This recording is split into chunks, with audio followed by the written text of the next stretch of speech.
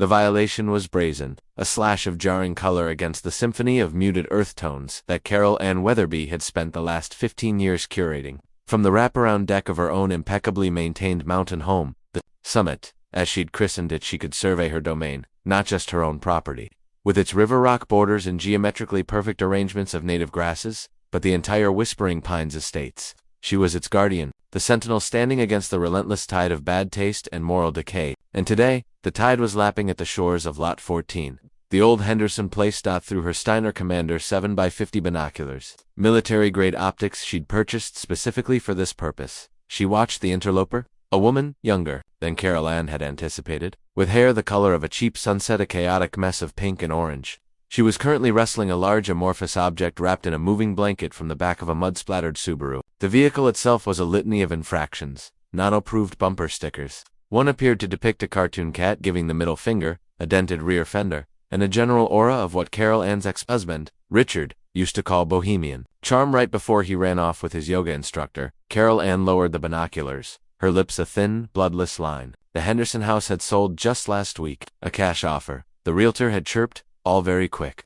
Carol Ann had made a mental note to send the new owner the 300-page Whispering Pines covenant and bylaws, along with a personalized welcome letter, outlining the most frequently violated statutes, trash can visibility, lawn ornamentation, and unapproved paint colors being the top 3. But she hadn't even had time to print the mailing label, and here this person was treating the property like a squat. She had no moving van, no professional crew, just herself and that dreadful car. It was deeply suspicious. This was how it started. One unvetted individual, and soon you had drum circles on the lawn and cars parked on the grass. Property values would plummet. The very fabric of the community, a fabric she had woven with threads of strict enforcement and unwavering vigilance, would unravel.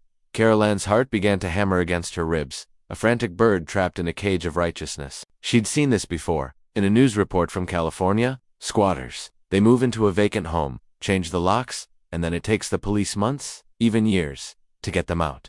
They were a plague. She lifted the binoculars again. The woman had finally wrestled the object free. It was some kind of sculpture, a twisted monstrosity of polished metal and colored glass that looked like a bird had tried to build a nest out of a car wreck. It was an affront to God and the Architectural Review Committee. She was clearly not the new owner.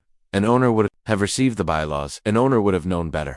This had to be an intruder, a brazen, art-loving criminal. Her duty was clear. She wasn't just a resident. She was the president of the Whispering Pines Homeowners Association. It was a title she held with the solemnity of a high priestess. Protecting the community was not a choice. It was a sacred calling. Her hand, trembling slightly with a potent cocktail of fear and exhilaration, reached for her phone. She bypassed the non-emergency number. This was an active situation, a home invasion in progress. This warranted the full attention of law enforcement. Her thumb jabbed at the screen, dialing the 3 numbers that brought order to chaos. 911, Transylvania County, 911. What is the location of your emergency? The voice on the other end was calm, professional, a stark contrast to the tempest in Carol Ann's soul. My name is Carol Ann Weatherby. I am the president of the Whispering Pines Homeowners Association. She began, her voice low and firm, projecting authority. I am reporting a breaking and entering, possibly a squatting, situation, in progress at 14 Balsam Ridge Road. Okay, ma'am, 14 Balsam Ridge Road.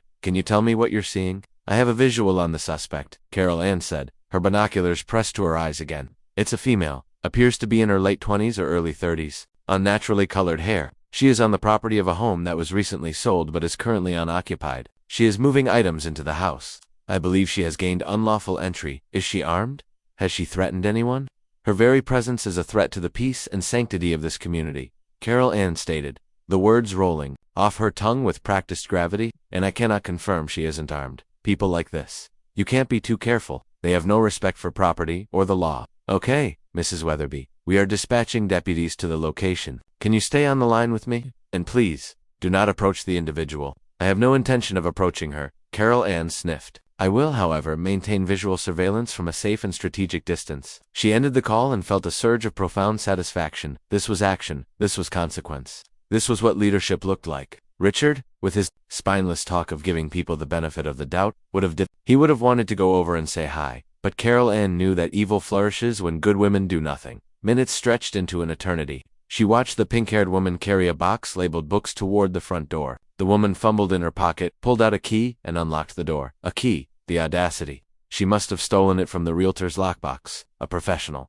Finally, The distant wail of sirens grew louder, echoing through the pristine mountain valley. Two sheriff's department SUVs, lights flashing, wound their way up the steep asphalt road, leading into Whispering Pines. They turned onto Balsam Ridge Road and pulled up in front of Lot 14, parking at angles that suggested a higher-risk takedown. Carol Ann's moment had arrived. She smoothed the front of her Talbot's linen blouse, put on her official HOA president name badge, and marched down her driveway. She needed to be on site to provide a statement and ensure the deputies understood the full gravity of the situation. They were dealing with the president, not just some nosy neighbor. Two deputies emerged from their vehicles. The first was older, with a weathered face and a mustache that had seen its share of county fairs. He moved with a weary slowness. Deputy Miller. Carol Ann knew him. He'd responded to her call about the Petersons' unapproved satellite dish last year. He had been disappointingly blasé about the whole affair. The other was younger, sharper, with a crisp uniform and an alert posture. His name tag read Garcia. He looked more promising. The woman with the pink hair came back outside, a look of utter confusion on her face as she saw the police cars in her driveway. "Ma'am, please keep your hands where we can see them," Deputy Garcia said, his voice carrying clearly in the clean mountain air. The woman slowly raised her hands, a half-eaten apple in one of them. "Whoa, okay, what's going on?" "We received a report of a possible breaking and entering at this address," Garcia explained, his hand resting on his sidearm. It was then that Carol Ann made her entrance, striding across the manicured lawn with purpose. "Deputies, I am Carol Ann Weatherby, the reporting party," she announced. Deputy Miller turned and let out a sigh so faint it was almost imperceptible, but Carol Ann registered it. It was a sigh of disrespect. "Carol Ann," he said, his tone flat. "What's the problem here?" "The problem, Deputy Miller, is that this individual has illegally entered this property. The home was just sold. It is vacant. She is a squatter."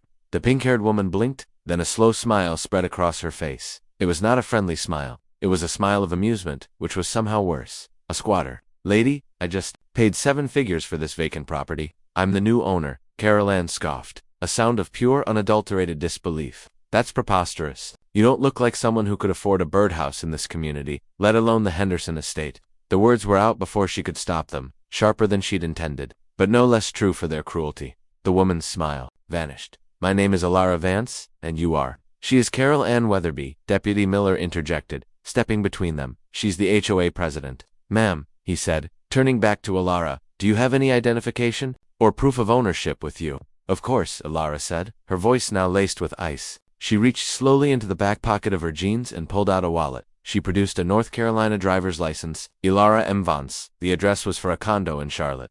"This address isn't for here," Carol Ann declared triumphantly. "I knew it. I just closed on Friday," Alara said, her eyes fixed on Carol Ann. "I haven't had a chance to go to the DMV, but I do have this." She walked over to her hideous car, opened the passenger door, and pulled out a leather portfolio from it. She produced a thick sheaf of papers, the top page of which was a duly executed and recorded general warranty deed, conveying the property at 14 Balsam Ridge Road from the Hendersons to one Alara M. Vance. Deputy Miller took the document and scanned it. Deputy Garcia looked over his shoulder. Carol Ann craned her neck, her heart sinking as she saw the official-looking stamps and signatures.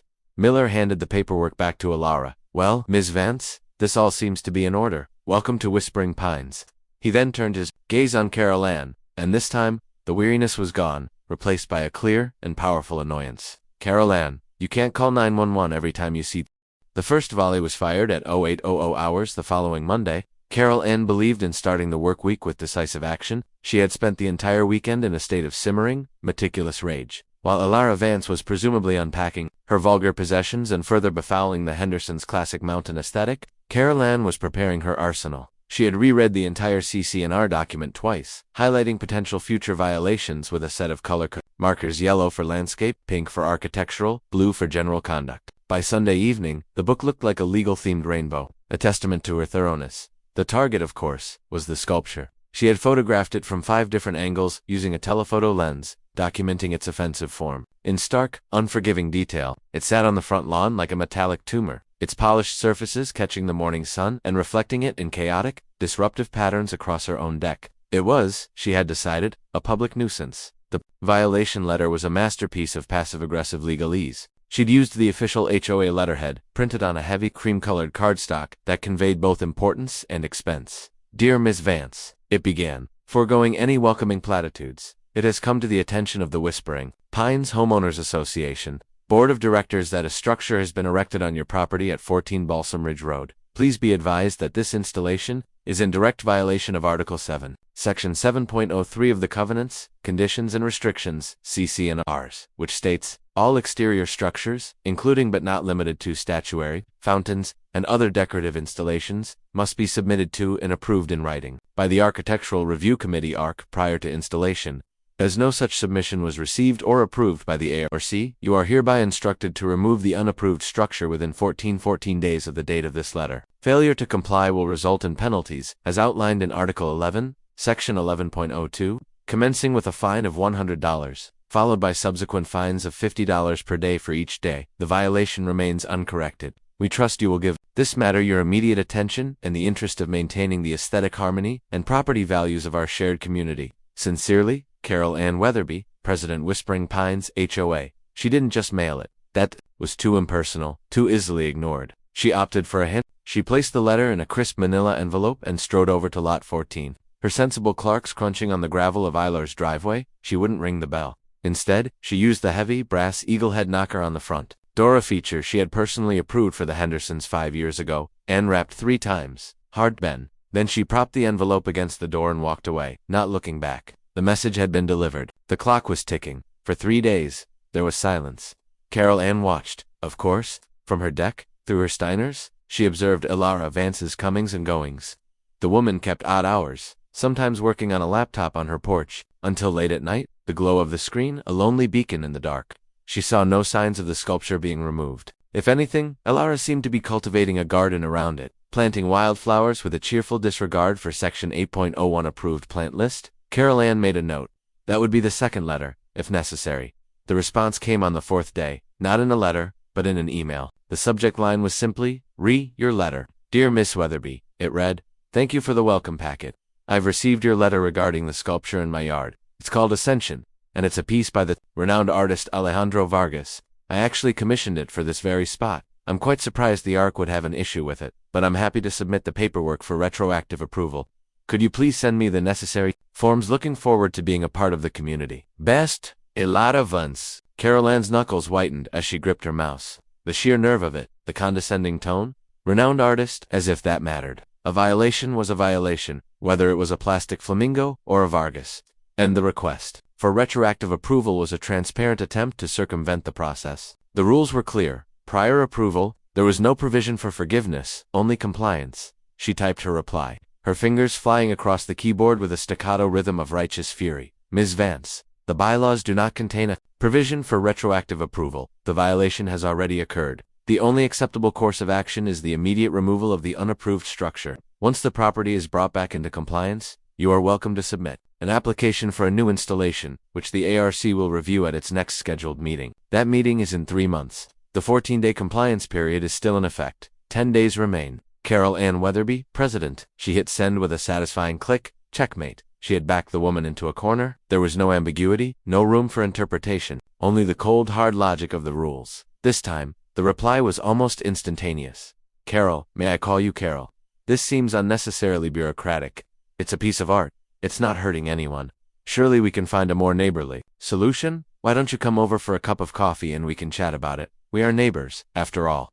The familiarity was galling. Carol, like they were friends at a book club, and the invitation for coffee was a Trojan horse, an attempt to use charm and emotion to erode the solid foundation of the rules.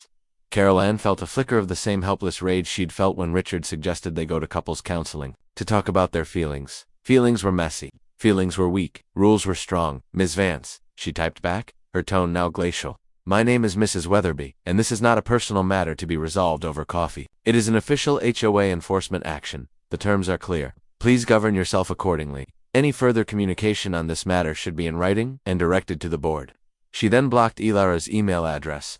All official communication would henceforth be conducted via certified mail. It was slower, more expensive, and created an unimpeachable paper trail. The 10 days passed. The sculpture, Ascension, remained on the 15th day. Carol Ann issued the first fine, a crisp $100 invoice, citing the violation and the date.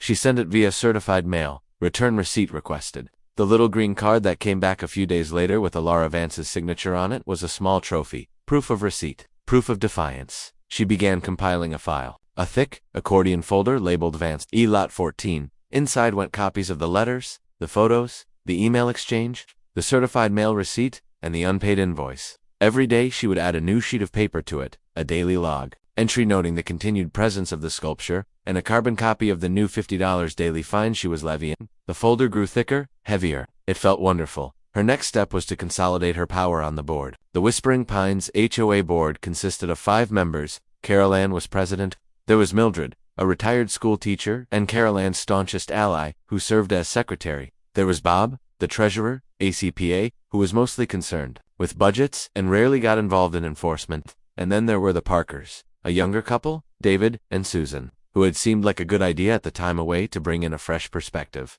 Carol Ann was now realizing this had been a strategic error. They were pleasant, but weak. They were the type to be swayed by neighborly solutions. She called an emergency board meeting, not at the community clubhouse, but in her own dining room. Home turf advantage. She served iced tea and lemon cookies, a gesture of hospitality that belied the meeting's martial purpose. "Thank you all for coming on such short notice," she began, standing at the head of her polished mahogany table. The Vance e-file was placed squarely in front of her. "We have a serious compliance issue on our hands." She laid it all out. The brazen installation, the flippant emails, the utter disregard for the rules, the unpaid fines. She passed around the photos of the sculpture. Bob the treasurer squinted at a picture. "You know, from this angle, it's not so bad. Kind of interesting." Carol Ann shot him a look that could curdle milk. "Bob, its aesthetic merits are entirely irrelevant. This is a procedural issue. The rule was broken. If we let this slide, we set a precedent. What's next? People painting their houses purple. Raising chickens? Where does it end?" "She did offer to submit the paperwork," Susan Parker said timidly, "and she invited you for coffee. It seems like she's trying to be reasonable." Mildred sniffed, coming to Carol Ann's defense. "Reasonable? She broke the rules the moment she moved in.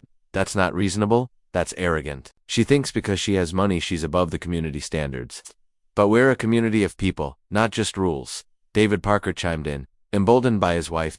"My dad always said you catch more flies with honey than with vinegar." Carol Ann's patience, already worn thin, snapped. "And my mother always said, spare the rod, spoil the child," she retorted, her voice sharp. "We are not here to make friends. We are here to uphold the covenants that protect the value and integrity of every single home in this development." Mr. Gable was a man whose voice sounded exactly like you'd expect an HOA lawyer's to sound, dry, rustling, like old documents being shuffled in a dusty room.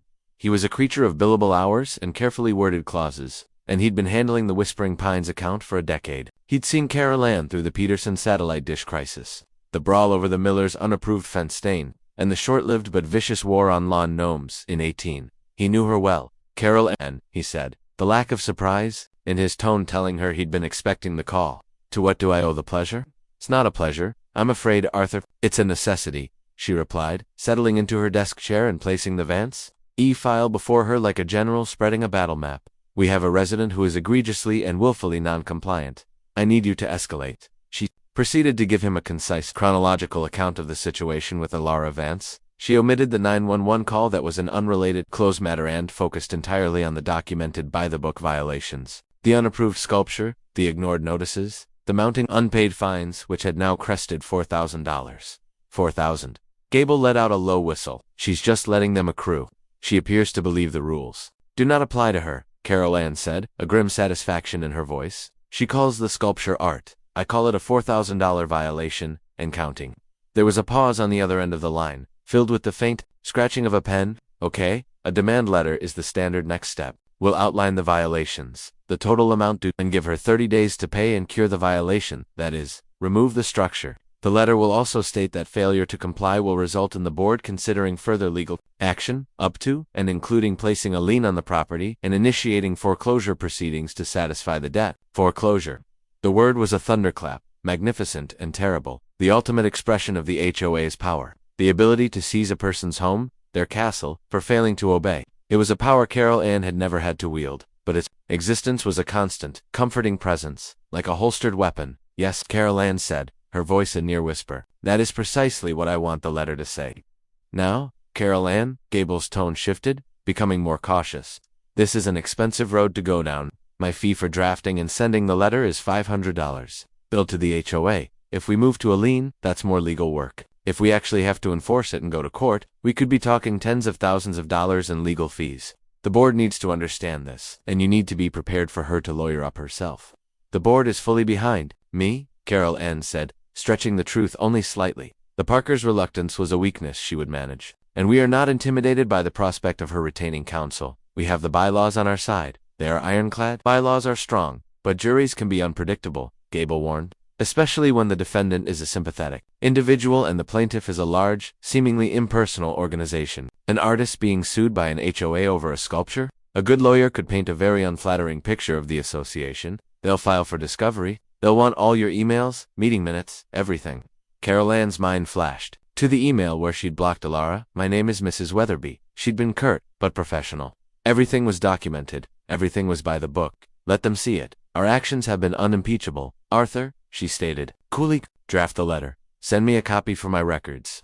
Bill the association. As you wish, Carol Ann. Gable sighed. It's your HOA. The letter from Gable and Finch, attorneys at law, arrived at Alara Vance's house 3 days later. Carol Ann knew because she was watching through her binoculars when the certified mail carrier made the delivery. She saw Alara sign for the envelope, saw her walk inside, and then saw nothing for the rest of the day. The house was quiet. The 5 blinds were drawn. For the first time, Carol Ann felt a sliver of doubt, not about the righteousness of her cause, but about the consequences. Gable's words about an unflattering picture echoed in her mind. What if this Vance woman was more formidable than she appeared? The doubt was a fleeting weakness. It was excised the next morning when she saw the sculpture, Ascension, still standing proudly on the lawn, its metal surfaces gleaming defiantly in the sunlight. The woman had been warned by a high-priced lawyer, threatened with the loss of her home, and still, she refused to bend. This wasn't ignorance anymore. It was a declaration of war. Carol Ann's prediction that Alara would lawyer up proved correct. A week later, a letter arrived at the official HOA mailing address, a P.O. box Carol Ann checked daily. It was not from Gable and Finch. It was from the law offices of Ramirez and Gold, a Charlotte-based firm. The letter was addressed to the Whispering Pines Board of Directors, care of Carol N. Weatherby. It was, in a word, aggressive. Dear Board of Directors, it began, we represent Ms. Alara Vance, the owner of 14 Balsam Ridge Road. We are in receipt of a deeply harassing and legally dubious demand letter from your counsel, dated August 28, 2025. Please direct all future correspondence regarding this matter to our offices. Let us be clear, Ms. Vance will not be removing her artwork, nor will she be paying the ludicrous and arbitrarily assigned fines your association has attempted to levy. The sculpture in question is a significant work of art, whose value substantially increases, rather than decreases, the value of her property and, by extension, the surrounding community. The letter went on to argue that the HOA's bylaw regarding statuary was unconstitutionally vague and did not apply to custom-commissioned fine art. It accused the HOA and its president specifically of a targeted campaign of harassment, citing the initial erroneous 911 call as evidence of pre-existing malice. Your president's actions, the lawyer, O1 Sofia Ramirez, had written, demonstrate a clear pattern of discriminatory animus toward Ms. Vance. Seemingly, based on her age and personal aesthetic, this is not a good faith enforcement of community rules, but a personal vendetta executed under the color of HOA authority. The letter concluded with a counteroffer. They would agree to submit the sculpture for ARC review, as Ms. Vance had originally offered. In return, the HOA must waive all fines, issue a formal apology for the harassment, and dissolve the current Architectural Review Committee to be replaced with a new one that included Ms. Vance herself. If these terms were not met, Ms. Vance was fully prepared to seek a declaratory judgment from the court, as well as pursue all available legal remedies for damages, including a suit for harassment, intentional infliction of emotional distress, and tortious interference. Carol Ann read the letter 3 times. Her hands were shaken. Discriminatory animus, personal vendetta, intentional infliction of emotional distress. These were monstrous, slanderous accusations. How dare they twist her commitment to order into something so ugly? How dare they use her own vigilance against her? She immediately called another emergency board meeting. This time, she didn't bother with cookies. She laid copies of the letter from Ramirez and Gold on the mahogany table. The silence as the other board members read it was heavy and suffocating. Bob, the treasurer, was the first to speak. He looked pale. A suit for harassment, tortious interference. Arthur said this could get expensive, Carol Ann, but this is a nightmare. They want to sue us. It's a bluff, Carol Ann snapped, though her own confidence was wavering. It's a scare tactic. They are trying to bully us into submission. Is it a bluff? Susan Parker asked, her voice trembling. She held up the letter. They mentioned the 911 call. Carol Ann, you never told us you called the police on her the day she moved in. All eyes turned to Carol Ann. The air crackled with accusation. It was a misunderstanding, Carol Ann said, forcing herself to remain calm.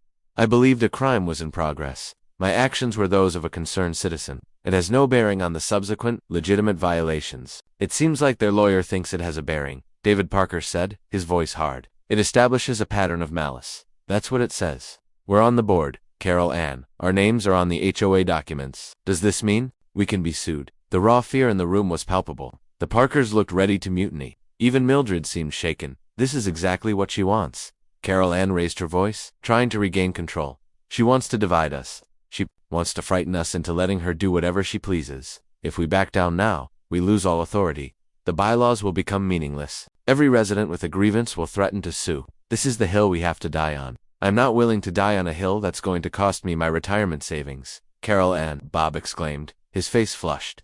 We have to consider their offer. Submitting the sculpture for review seems reasonable, and the apology, and replacing the ark with her on it. That's not reasonable. That's surrender. Carol Ann shot back. We cannot let a rule breaker dictate terms to us. The argument raged for an hour. Carol Ann used every tool at her disposal. She cajoled, she threatened, she appealed to their sense of duty. She reminded them of the sanctity of their property values.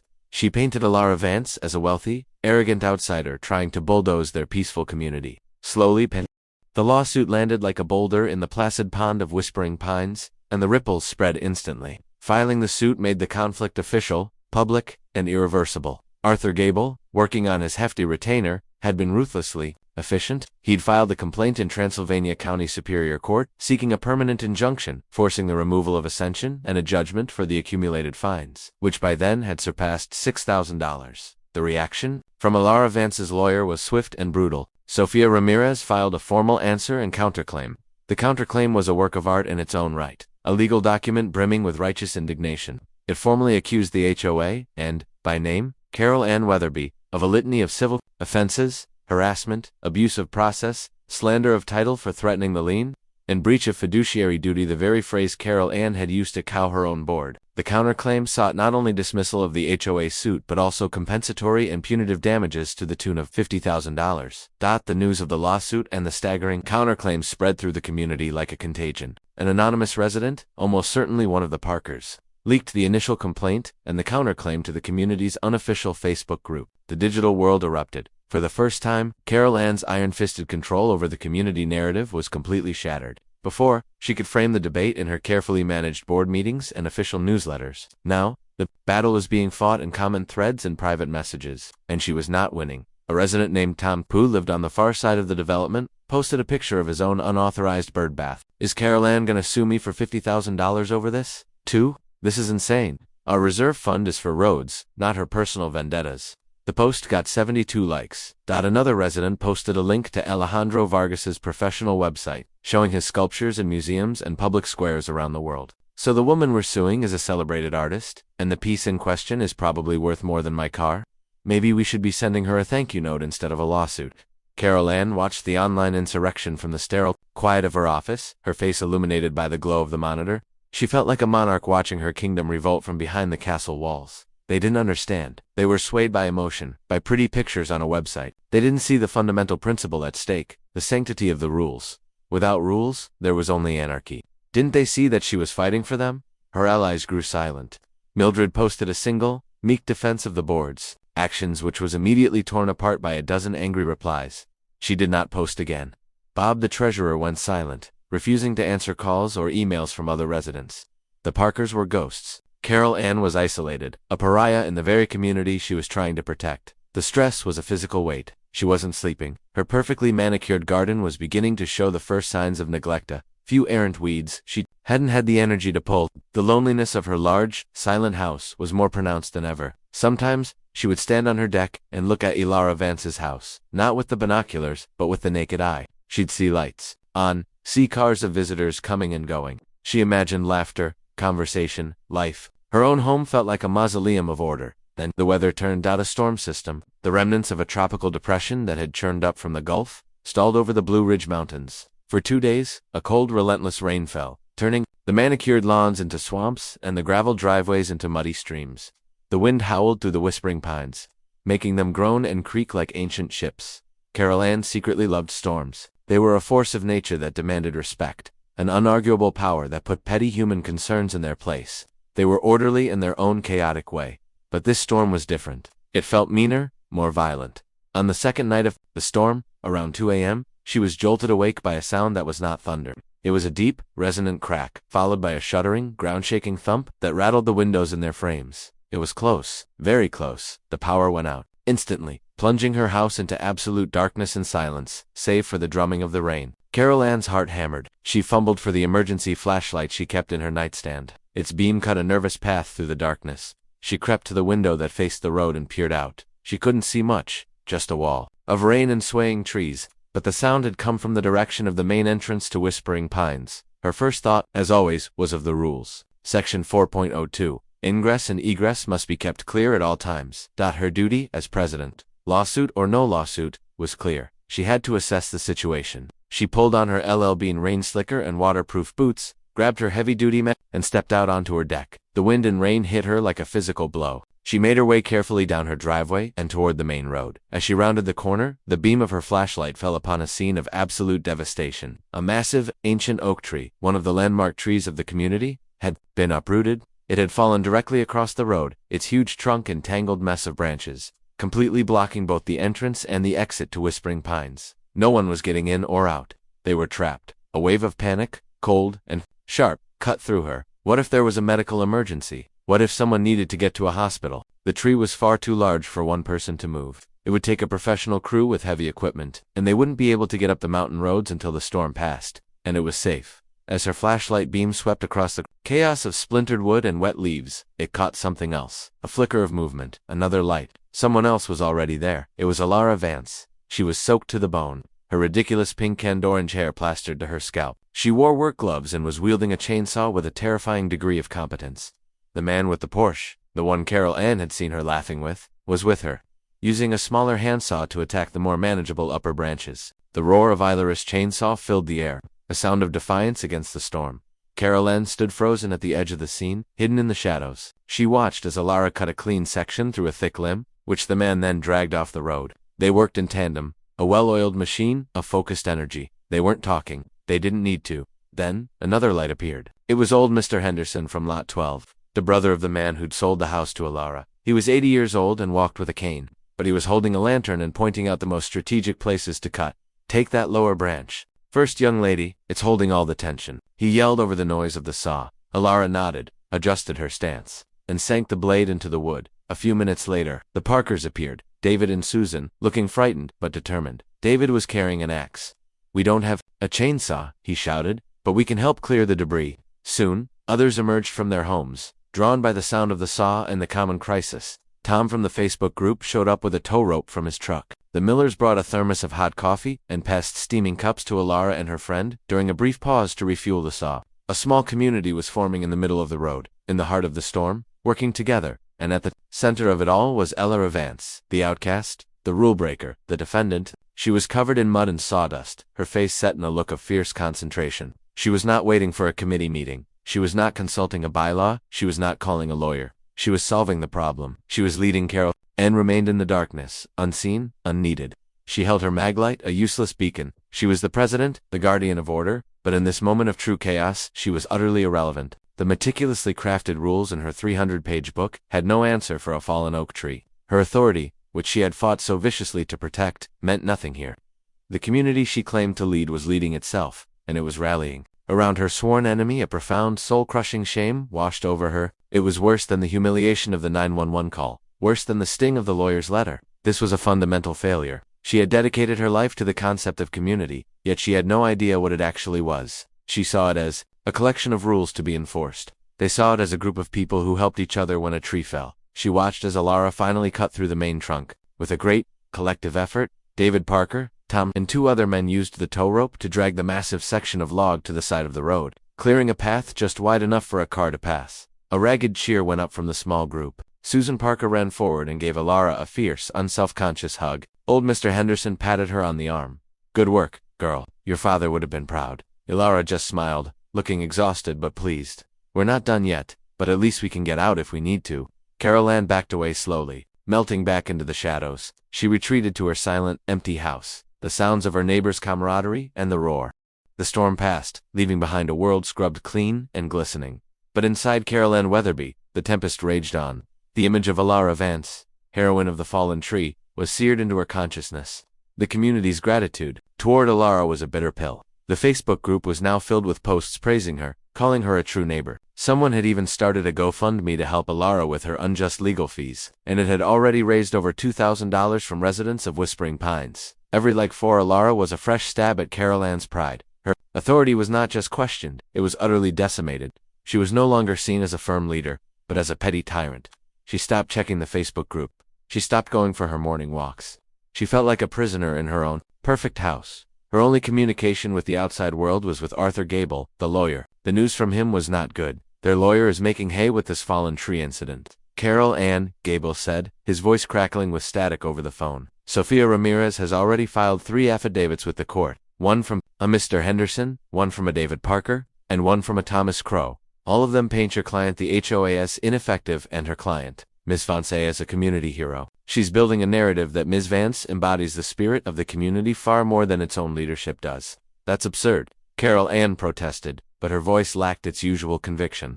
That has nothing to do with the original violation. In a courtroom, Carol Ann, everything has to do with everything. A judge isn't a robot. Narrative matters. And right now, their narrative is kicking our narrative's ass. Ramirez is filing a motion to compel a settlement conference. She thinks she can get a judge to force our hand. A settlement was the one thing Carol Ann had vowed never to accept. It was tantamount to surrender. We will not settle Arthur. Carol Ann, Gable said, and his tone was grave. You need to prepare yourself for the possibility that the board will overrule you. Your treasurer, Bob, called me yesterday. He's getting nervous about the legal bills. The Parkers are essentially in open revolt. If it comes to a vote on settling, you will lose. And if the HOA settles against your wishes, your position as president becomes untenable, unthinkable. The word echoed in the silent room. To be forced out by the likes of Bob and the Milquetoast Parkers? To have her entire life's work in Whispering Pines undone by a pink-haired interloper with a chainsaw? The injustice of it all was a physical sickness.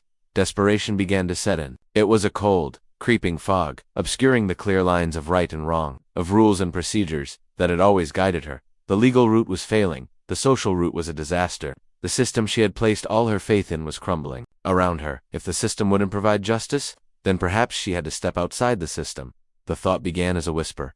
The sculpture, it all comes back to the sculpture. It was the source of all this strife. It was the symbol of defiance and Carol Ann's impotence. If it were gone, the original violation would be cured. The lawsuit would be moot. The fines would stop. The source of the conflict would simply cease to exist. She couldn't ask anyone to remove it. But what if it were simply removed? An act of God, perhaps. A tree had fallen. Maybe a strong wind could topple a poorly secured piece of metal and glass. But no, it was too sturdy. She'd watched Alara and her friend install it on a deep, concrete footing. It wasn't going anywhere on its own. The whisper in her mind grew louder, more insistent. If you want something done right, you have to do it yourself. The phrase, a favorite of her stern, demanding father, had been a guiding principle her whole life. It had driven her to excel, to take charge, to become president. Now, it was driving her toward a much darker conclusion. She fought the idea for days. It was insane. It was criminal. Trespassing, vandalism, destruction of property. She, Carol Ann Weatherby, a pillar of the community, would be no better than a common delinquent. But then she'd get another email from Arthur Gable about Sofia Ramirez's latest legal maneuver. Or she'd catch a glimpse of a neighbor who would quickly look away, avoiding her eyes. Or, worst of all, she would see the sculpture itself, glinting in the sun, a monument to her failure. The desperation curdled into a reckless resolve. The system had failed her. The community had abandoned her. She had nothing left to lose but the war itself. And she would not lose. Her plan was simple, born of a sleepless night and a feverish mind. She would not destroy the sculpture.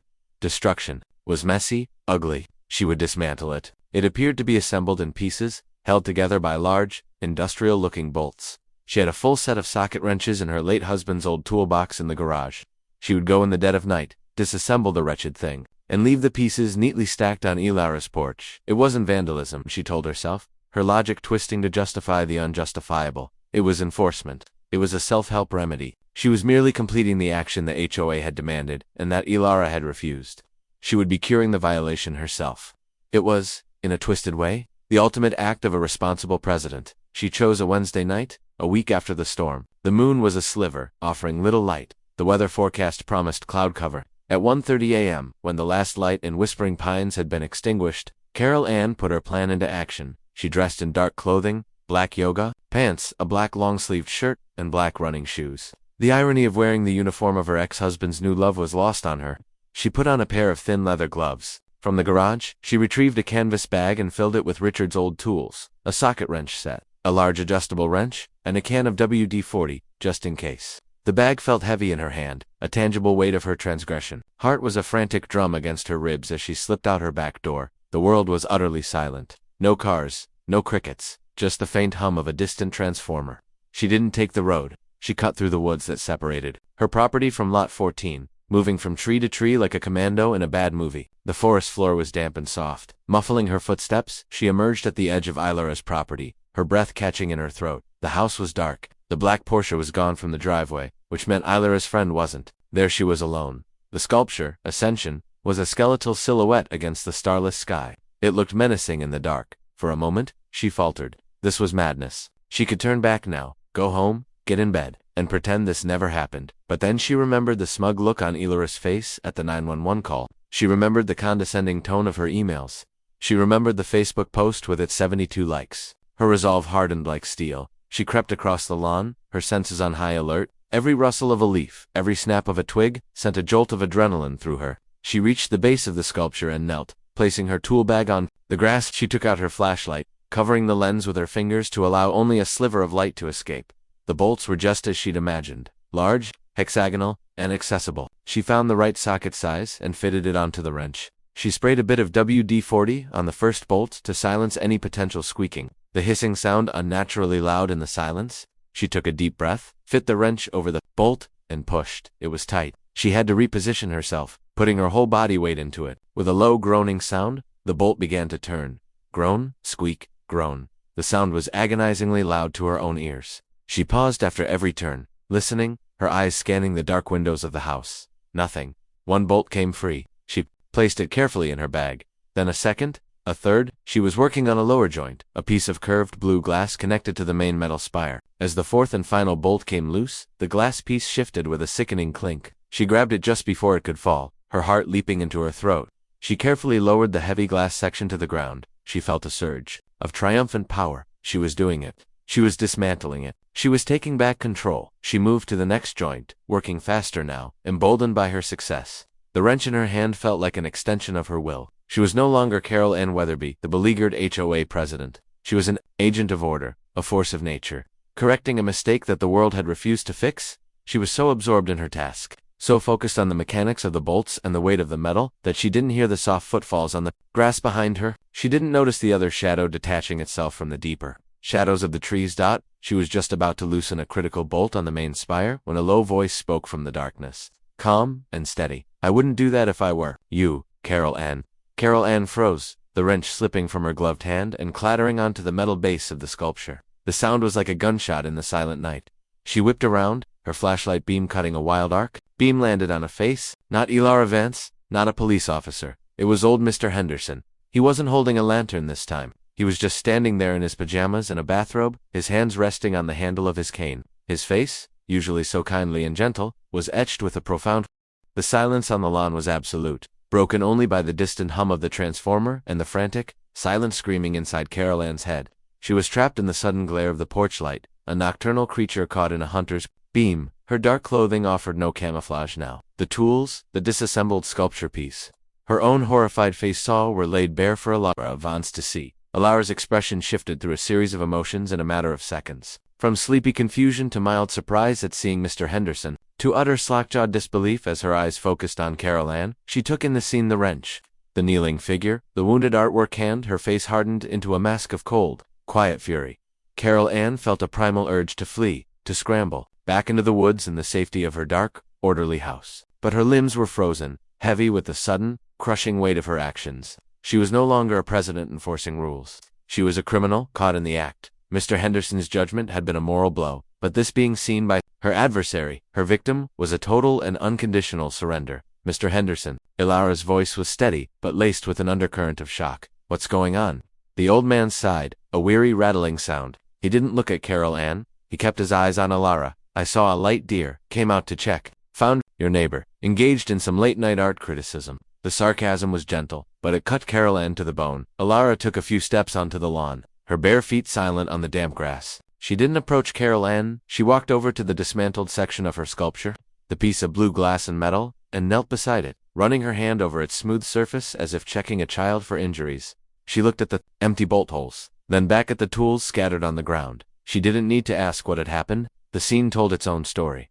Finally, she stood up and faced Carol Ann. Her eyes, which had previously shown amusement, then anger, then pity, now held something new, a profound, unnerving calm. It was the calm of someone who had just won a war they never wanted to fight. You know, Carol, Alara said, her voice devoid of heat, which made it all the more devastating. I almost felt sorry for you. I thought, here is a woman who is so desperately lonely and afraid of losing control that she has to invent enemies to fight. I thought maybe eventually you'd just get tired of it. She gestured to the dismantled sculpture. But this is not just sad, Carol Ann. This is sick. To be so consumed with hate that you sneak onto someone's property in the middle of the night to destroy something beautiful. What happened? To you, what made you this way? The question, asked with genuine clinical curiosity, was the final, killing blow. It wasn't an accusation, it was a diagnosis. Carol Ann had no answer. The carefully constructed walls of her righteousness, her justifications about rules and order, crumbled into dust. She saw herself for what she was, a bitter, lonely woman in black yoga pants, kneeling on her neighbor's lawn with a stolen wrench. Her life's purpose reduced to a pathetic act of midnight vandalism. A single, dry sob escaped her lips. It was a sound she hadn't made in years, not even when Richard left. It was the sound of something breaking deep inside her. Mr. Henderson shifted his weight, his cane sinking slightly into the soft earth. Alara, he said quietly, what do you want to do? I'm a witness? We can call the sheriff. They'll take her away. The word sheriff, take her away, hung in the air. Carol Ann pictured Deputy Miller, his weary, disappointed face. She pictured being put in the back of his SUV, the flashing lights illuminating, her shame for the whole community to see. A citation was one thing, a criminal charge was another. It was the end of everything. Alara looked from Mr. Henderson's earnest, angry face to Carol Ann's crumpled form. She was silent for a long time, studying the woman who had made her life a living hell for the past 2 months. No, Alara said at last, shaking her head. No, police. Carol Ann looked up, startled. Mr. Henderson looked equally surprised. But dear, she trespassed. She tried to destroy your property. And what would the police do? Alara asked, her gaze still locked on Carol Ann. They'd arrest her. She'd be charged. It would be in the papers. It would drag on for months. More lawyers, more ugliness. It would just create a bigger mess. I'm tired of messes. She took a breath. I don't want her punished, Mr. Henderson. I just want her to stop. She then walked over and stood directly in front of Carol Ann, forcing the older woman to look up. Here's what's going to happen, Carol. You are going to go home. Tomorrow morning, you are going to call your lawyer and tell him to drop the lawsuit against me. With prejudice, the HOA will pay my legal fees. All of them. The GoFundMe donations will be returned. Then, you are going to call an emergency board meeting. Her voice was low, but it held the unyielding strength of forged steel. At that meeting, you will tender your resignation as president and as a member of the board, effective immediately. You will tell them exactly what you did tonight. You will not spare a single detail, and then, you will leave me alone. You will never speak to me again. You will never send me another letter. You will never look at my house through your binoculars. You will treat me like I don't exist. Do you understand? It wasn't a negotiation. It was a list of unconditional surrender terms. Carol Ann, stripped of all her power and pride, could only nod, tears now streaming silently down her face. Good, Alara said. She bent down, picked up the wrench, and held it out. These are yours, I believe. Carol Ann numbly took the wrench, the cold metal, a final damning piece of evidence in her hand. She gathered the other tools, stuffed them in her bag, and scrambled to her feet. She didn't look at Alara or Mr. Henderson. She turned and fled, stumbling back across the lawn and into the darkness of the woods, the sound of her own ragged breathing loud in her ears. The next day was a blur of ritual humiliation. Every step was an act of penance. The call to Arthur Gable was the worst. She confessed everything. There was a long, stunned silence on the other end of the line, followed by a sigh of pure, unadulterated professional horror. I'll draw up the dismissal and settlement papers. Carol Ann, he'd said, his voice flat and distant, considered my services to the HOA concluded. The emergency board meeting was even more hellish. She held it in the community clubhouse, on neutral ground. Bob, Mildred, and the Parkers sat around the large table, their faces a mixture of confusion and anxiety. Carol Ann stood. In a monotone voice, she recounted the events of the previous night. She confessed to the trespassing, the attempted vandalism, and the terms of her surrender to Alara von Stott. As she spoke, she watched their faces. Bob's jaw went slack. Susan Parker gasped, her hand flying to her mouth. David just stared, his expression hardening from fear into pure contempt. Even Mildred, her loyal, sycophantic Mildred, looked at her with horror, as if seeing a monster. For the first time, when she finished, there was a dead, heavy silence. I hereby tender my resignation. Carol Ann said to the silent room, placing her key to the clubhouse on the table, effective immediately. She turned and walked out, without another word, not looking back. Her presidency was over. Her reign had ended not with a bang, but with a sordid, pathetic confession in a sterile community room. In the weeks that followed, Whispering Pines began to heal. The lawsuit was dropped. The HOA, under a new board headed by a reluctant but sensible David Parker, paid Alara's substantial legal fees out of the reserve fund. A final expensive legacy of Carol Ann's war. Alara reassembled her sculpture, and no one said a word. In fact, people would often stop on their walks to admire it. Ascension had become a symbol, not of defiance, but of resilience. Carol Ann became a ghost in her own home. She was an outcast, an object of gossip and pity. Neighbors would cross the street to avoid her. She sold her Steiner binoculars at a pawn shop in town. There was nothing left to watch. Her kingdom was gone. She was just a woman in a big, empty house, haunted by the memory of a single, ugly act on a dark lawn. The story seemed over. The conflict was resolved. The Karen had been vanquished. It was a satisfying end. But one rainy Tuesday afternoon, months later, Carol Ann was in her attic, packing away old photo albums and memorabilia from a life that no longer felt like her own. In the bottom of a dusty trunk, beneath Richard's college yearbooks, she found a box she hadn't opened in years. It was an old HOA file box, labeled simply, Archive Lot 7. Curious, she lifted the heavy lid. Inside were not violation notices or architectural plans. It was a different kind of file. It contained newspaper clippings from nearly a decade ago about a family named the Cormacks who had lived in Whispering Pines. In the house on Lot 7, there was an article about Mr. Cormack losing his job, another about their financial troubles, and a final, small article noting that the family had moved away abruptly, abandoning the house to the bank in a foreclosure. Beneath the clippings was a small, spiral-bound notebook. It was Carol Ann's handwriting from years ago. It wasn't a log of bylaw violations. It was a detailed journal of the Cormack family's personal struggles, notes on arguments she had overheard, license plate numbers of unfamiliar cars visiting at odd hours, whispers and rumors she had diligently recorded, a systematic documentation of a family's collapse. On the last page, she had written a single, chilling sentence. They Don,